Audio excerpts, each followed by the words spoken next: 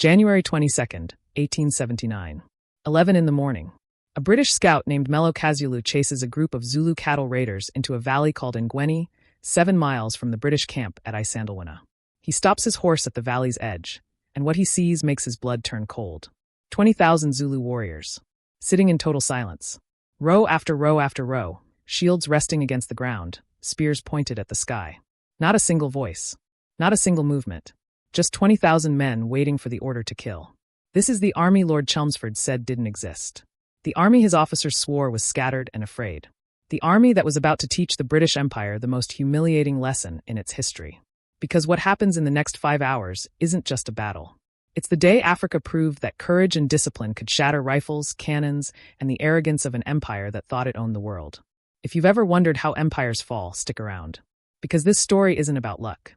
It's about what happens when power underestimates the people it tries to erase. The year is 1878. King Cetshwayo Compand rules the Zulu Kingdom from his capital at Ulundi. He's a giant of a man, standing somewhere between 6'6" and 6'8", weighing close to 350 pounds. Stories about him spread across southern Africa, some true, some exaggerated, but all agree on one thing. He's not a man you cross. Cetshwayo built his power the hard way. In 1856, he crushed his own brother Mbuyazwe in a brutal civil war at the Battle of Ndandikasuka. After that, everyone knew who would inherit the throne. When his father died in 1872, Cetshwayo didn't just become king. He became the last great independent ruler the Zulu would ever have. And he knew it. He expanded his army to 40,000 men.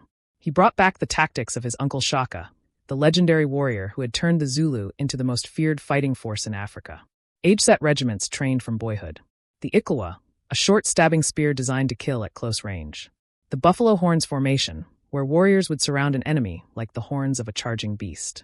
Cetshwayo even bought old muskets and rifles wherever he could find them, though most Zulu warriors refused to use them.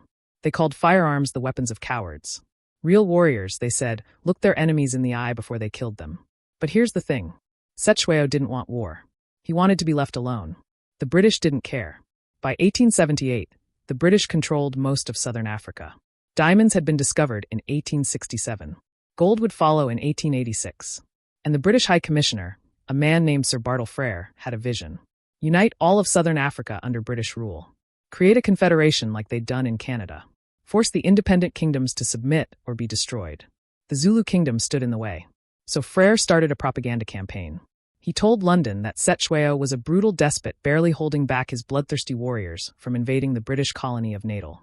He compared the Zulu Kingdom to a steam engine with a stuck safety valve, ready to explode.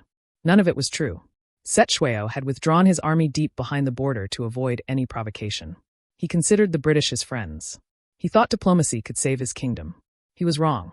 On December 11, 1878, Frere issued an ultimatum. Disband the Zulu army within 30 days. Submit to British authority. Give up independence. It was designed to be impossible. Cetshwayo sent no reply.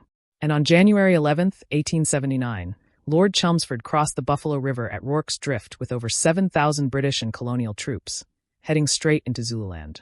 Lord Chelmsford was confident. Arrogant, even. He'd fought colonial wars before. He knew how these things went. Superior weapons. Disciplined volleys. Overwhelming firepower. The so-called savages would scatter after the first cannon blast. He split his invasion force into 3 columns. The center column, under his direct command, would march on Ulundi and crush the Zulu capital. He brought the best rifles in the world. The Martini Henry breechloader could fire 12 rounds per minute. Its soft lead slug flattened on impact, tearing through flesh and bone. He brought artillery. Rockets. Experienced soldiers from the 24th Regiment of Foot. What he didn't bring was respect. On January 20th, Chelmsford set up camp at the base of a mountain called Isandlwana. His officers asked him to fortify the position. Build defensive walls. Circle the wagons into a protective laager. Standard procedure in hostile territory. Chelmsford refused. A temporary camp, he said. We'll be moving soon. One of his captains, a man named Duncombe, asked aloud why they weren't taking basic precautions. He was ignored. The next morning, Chelmsford split his force in half. He took most of his men and marched east, chasing what he thought was the main Zulu army. He left behind just over 1,800 troops under the command of Colonel Henry Pouliane and Colonel Anthony Durnford. No fortifications. No defensive perimeter. No idea that 20,000 Zulu warriors were hiding less than 7 miles away, waiting in silence. At 11 in the morning, that British scout stumbled into the Ngwebeni Valley and saw what no one in Chelmsford's army had believed possible. The entire Zulu army. In one place. Ready to attack. The Zulu had been sitting there since the night before, planning to strike at dawn on the 23rd. But now they'd been discovered. And their commanders made a decision. Attack now. The warriors rose as one. 20,000 men moving in perfect formation. The buffalo horns. The center, called the chest, would charge head-on. The two horns would sweep wide, encircling the enemy from both sides. And behind them, the loins, the reserve force, ready to crush anyone who tried to escape. This wasn't a mob. This was a drilled, disciplined war machine. And it was coming fast. By noon, the firing started. The British formed a long defensive line and opened up with their Martini Henrys. Volley after volley slammed into the advancing Zulu. Warriors fell by the dozens. But the rest kept coming. They ran in a crouch, shields raised, zigzagging to avoid the bullets. When one man fell, the man behind him stepped over the body and kept running. The British artillery fired into the chest, tearing holes in the Zulu ranks. Still they came. And then the horns reached the flanks. Colonel Durnford's men on the right flank were the first to break. They were mostly African auxiliaries, armed with inferior muzzle-loading rifles. Only 1 in 10 had a modern weapon. When the Zulu right horn slammed into them, they couldn't reload fast enough. Durnford ordered a fighting retreat, but it turned into a rout. Men threw down their guns and ran. The Zulu horns began to close. On the left flank, the same thing happened. The British line stretched too thin, trying to defend too much ground. And the ammunition started running out. Not because there wasn't enough. There was plenty, but it was locked in crates back at the supply wagons, and the quartermasters refused to break them open without proper authorization. Men were dying, and bureaucrats were asking for paperwork. By 1 in the afternoon, the Zulu were inside the camp. What followed was slaughter. The Zulu didn't take prisoners. Cetshwayo's order had been clear. March slowly, attack at dawn, and eat up the red soldiers. Every British soldier who couldn't escape was killed. Stabbed. Clubbed. Their bodies were ritually disemboweled, a Zulu practice to release the spirits of the dead. Some tried to make a last stand. Near the base of Isandlwana mountain, around 150 men from the 24th formed a square and fought until they were overwhelmed. Others tried to flee across the Buffalo River. 2 officers, Lieutenants Neville Coghill and Tinmouth Melville, tried to save the regimental colors. They made it across the river, but were caught on the far bank and killed. The colors were found 10 days later, washed downstream. By mid-afternoon, it was over. Over 1,300 British and colonial troops were dead. The Zulu had annihilated one of the most modern armies in the world using spears and shields. But the victory came at a terrible cost. The Zulu lost somewhere between 1,000 and 3,000 warriors. King Cetshwayo, when he heard the news, didn't celebrate. He's reported to have said, "An assegai has been thrust into the belly of the nation." He knew what would happen next. The British don't forgive. After Isandlwana, a Zulu reserve force of 4,000 warriors, acting without orders, attacked a small British garrison at Rorke's Drift. 150 British soldiers held them off for 10 hours in one of the most famous defensive battles in history. 11 Victoria Crosses were awarded, the most ever for a single engagement. The British used Rorke's Drift to bury the humiliation of Isandlwana. But the damage was done. When news of the defeat reached London on February 11th, it sent shockwaves through the empire. The British government, which hadn't even authorized the invasion in the first place, went into full damage control mode. They couldn't let this stand. An African kingdom defeating British soldiers in open battle? If word spread, every colony in the empire might start getting ideas. So they sent reinforcements. Thousands of them. By mid-1879, over 17,000 British troops were marching into Zululand. They brought Gatling guns, artillery, cavalry, and they learned their lesson. No more open-field battles. No more arrogance. At the Battle of Kambula in March, the British formed defensive squares and mowed down wave after wave of Zulu attackers. At the Battle of Jinjinlovu in April, same thing. Fortified positions. Overlapping fields of fire. The Zulu couldn't get close. And on July 4, 1879, Lord Chelmsford marched on Ulundi with a massive column.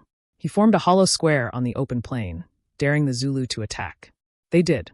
20,000 warriors charged. The British rifles, cannons, and Gatling guns tore them apart. The battle lasted 45 minutes. Then the British cavalry was unleashed, chasing down the survivors. After the battle, Chelmsford burned Ulundi to the ground. King Cetshwayo was captured on August 28 and exiled to Cape Town, then to London. The Zulu Kingdom was carved into 13 powerless territories, each ruled by a British-appointed chief. Cetshwayo died in 1884, possibly poisoned, though no autopsy was ever performed. The Zulu Kingdom was formally annexed by the British in 1887. It ceased to exist. But here's what the British never admitted. Isandlwana wasn't a fluke. It was a masterclass in tactics, discipline, and courage. The Zulu didn't win because the British ran out of bullets or because Chelmsford made mistakes, though he did. They won because they were better soldiers that day. Better led. Better motivated. Better prepared. The Buffalo Horns formation was a military innovation that predated European tactics by decades. The Zulu ability to move silently, to strike with precision, to maintain discipline under fire, all of it came from years of training and a warrior culture that valued honor over survival. And that's what makes this story so dangerous to the way we've been taught history. Because if 20,000 men with spears can destroy a modern army, what does that say about the empires that claimed they were bringing civilization to the world? What does it say about the stories we've been told, where colonizers were always smarter, always stronger, always destined to win? The truth is they weren't. They just had better guns. And on January 22nd, 1879, even that wasn't enough. So why does this battle matter now, over a century later? Because Isandlwana is proof that power isn't permanent. That arrogance has consequences. That people who are underestimated, dismissed, erased from the history books, can still rise up and shatter the systems designed to destroy them. King Cetshwayo wanted peace. He got war. He wanted to preserve his kingdom. The British wanted his land. And for one afternoon, his warriors reminded the world that empires don't fall because they're weak. They fall because they stop respecting the people they try to conquer. The British eventually won the war. They always do in these stories. But they never forgot Isandlwana.